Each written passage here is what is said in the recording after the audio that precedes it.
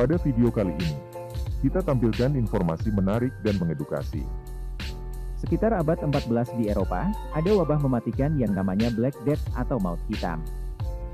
Dan hampir 2/3 populasi di Eropa menjadi korban, di antaranya korban jiwanya antara 75 juta sampai 200 juta orang meninggal. Pada masa itu penyakit ini bergejala khas, dengan terkena penyakit ini, bagian tubuh yang terinfeksi menjadi hitam, dan sebenarnya sekarang sudah diketahui kalau itu ternyata gejala penyakit tipes, penyakit yang disebarkan melalui kutu atau serangga yang hinggap di hewan pengerat. Manusia bisa terkena penyakit ini oleh gigitan semacam serangga atau kutu yang kontak langsung dengan hewan pengerat seperti tikus. Semua berawal dari statement seorang Paus Gregorius IX. Beliau itu bilang, jika kucing itu adalah jelmaan iblis terutama kucing hitam, yang akan membawa kesialan, membawa musibah jika tidak dimusnahkan. Pada masa itu orang-orang percaya dengan statement Paus Gregorius IX. Pembantaian kucing akhirnya terjadi. Kucing mulai dimusnahkan, tapi pembantaian ini berdampak sampai menjadi pandemi.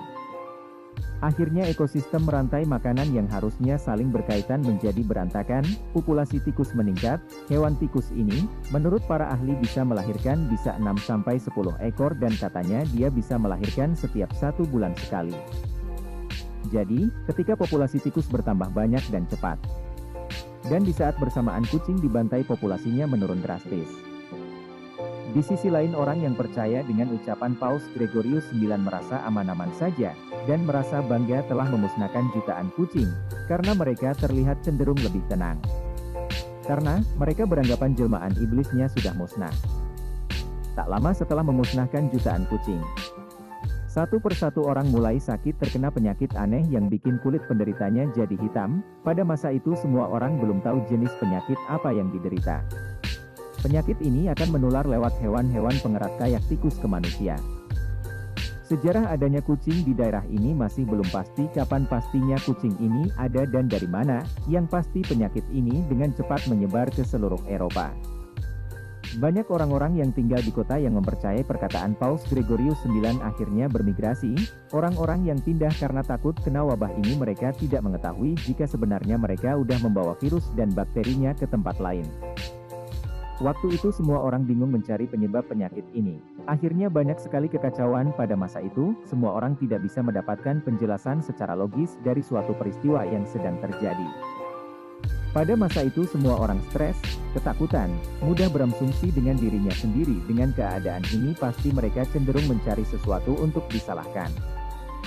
Banyak orang-orang minoritas ataupun pendatang seperti Yahudi, biarawan, orang asing, sampai pengemis semuanya diburu dan dihabisi.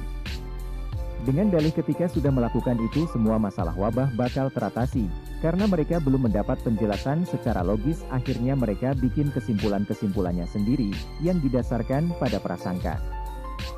Sampai tahun 1351, tercatat ada 60 komunitas Yahudi besar, dan 150 komunitas Yahudi kecil yang dimusnahkan. Akan tetapi, wabah akibat penyakit ini belum ditemukan obatnya.